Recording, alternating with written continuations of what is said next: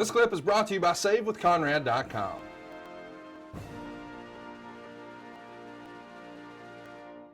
Let's talk about the build to your match here with Chris Benoit. The Raw after WrestleMania, April 2nd, Jericho's going to interfere in a whipping match between Stephanie and Trish. Stephanie demands he be punished.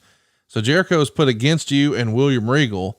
And Heyman says on commentary, it's magnanimous of you to take time away from your rivalry with Benoit to help the commissioner. And, you both end up beating Jericho. And then Benoit comes out to make the save. I want to briefly talk about Paul Heyman here for a minute. He refers to you, he's in the old Jerry Lawler seat, as my Olympic hero. He's really embracing the over the top character and putting you over in a big way during this time. What do you think of his work on commentary compared to Jerry Lawler before him?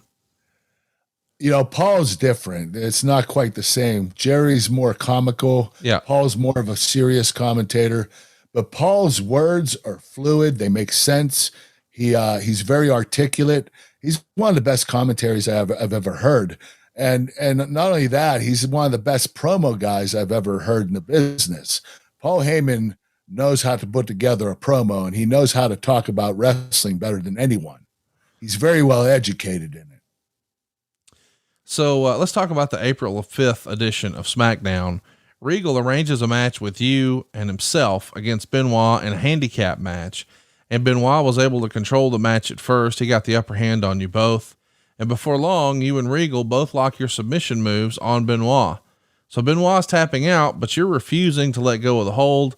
And once again, Jericho does a run in to save the day. And we know what we're setting up: the ultimate submission match, a 30-minute submission only Iron Man. And it's all happening at Backlash. Is this a Pat Patterson idea, or how does a ultimate submission match come to fruition?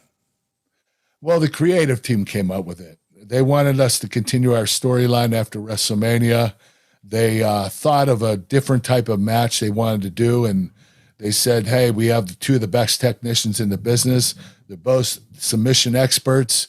Let's put them together in a submission only match. And, you know, those matches are really tough to do, especially not having pinfall. You know, it's a different psychology, and the match is going to be a lot slower and methodical. Let's mention the purchase of WCW. There's a lot of rumors in this era that he's going to relaunch. So Vince McMahon is going to kick off a new show. Perhaps it's going to be on Saturday night and run from like 11P to 1A on TNN. Of course, it doesn't happen, but supposedly there's a lot of discussion about that, not only amongst talent relations, but amongst the boys.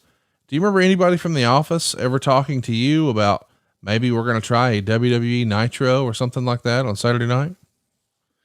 Well, no, nobody discussed it. I don't know if they were going to restart WCW, but you know, the thing is, I would go wherever Vince wanted me to. If Vince is running WCW and ECW and WWE, it wouldn't matter where I went because Vince never did me wrong. So right. You know, honestly, as long as WWE and Vince McMahon owns the product, I feel secure.